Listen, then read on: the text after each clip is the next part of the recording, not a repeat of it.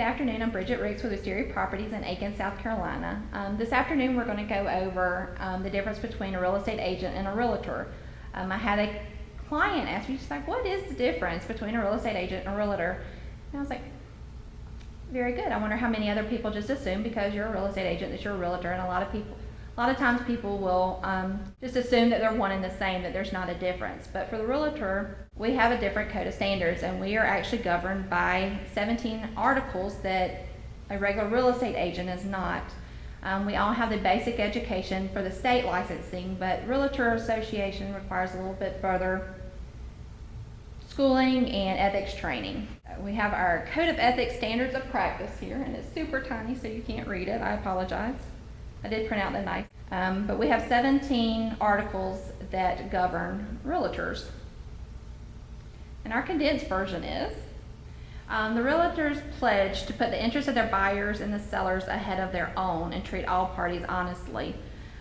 We refrain from exaggerating, misrepresenting, and concealing material facts about a property, and is obligated to investigate and disclose when situations reasonably warrant.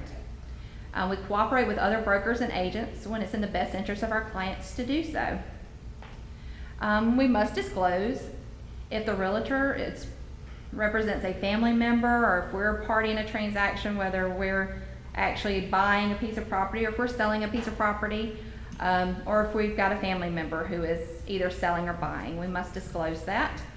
We avoid providing professional service in a transaction where the agent has a present or contemplated interest without disclosing that interest. We do not collect any commissions without a seller's knowledge, nor accept any fees from a third party without the seller's express consent. We refuse fees from more than one party without all the parties' informed consent. Anytime we make any changes, we have to have everyone's initials and signatures. We must not commingle client funds with agents' own. That works with brokerages as well. You don't commingle any funds or monies.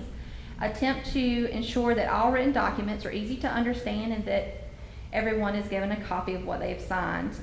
We cannot discriminate in any fashion, which is just smart for business and for the public as well, but we have it here, and it's also in license law. I'm pretty sure that's just an add-on to that as well. That we have to make sure that no one's discriminated against. We must be competent to conform to standards of practice and to refuse to provide services for which they are unqualified. We engage in truth in advertising and marketing. We're not to practice law unless we're an attorney.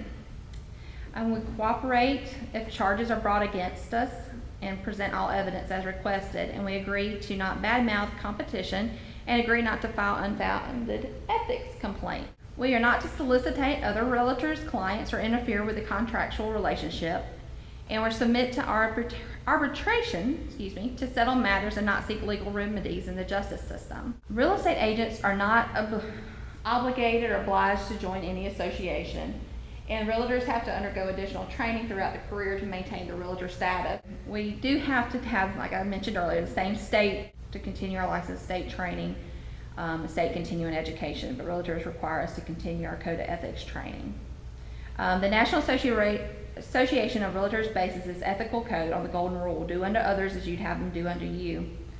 It applies to customer relationships and relationships between National Association of Realtors members and honest dealings. Philosophy is to have honest dealings.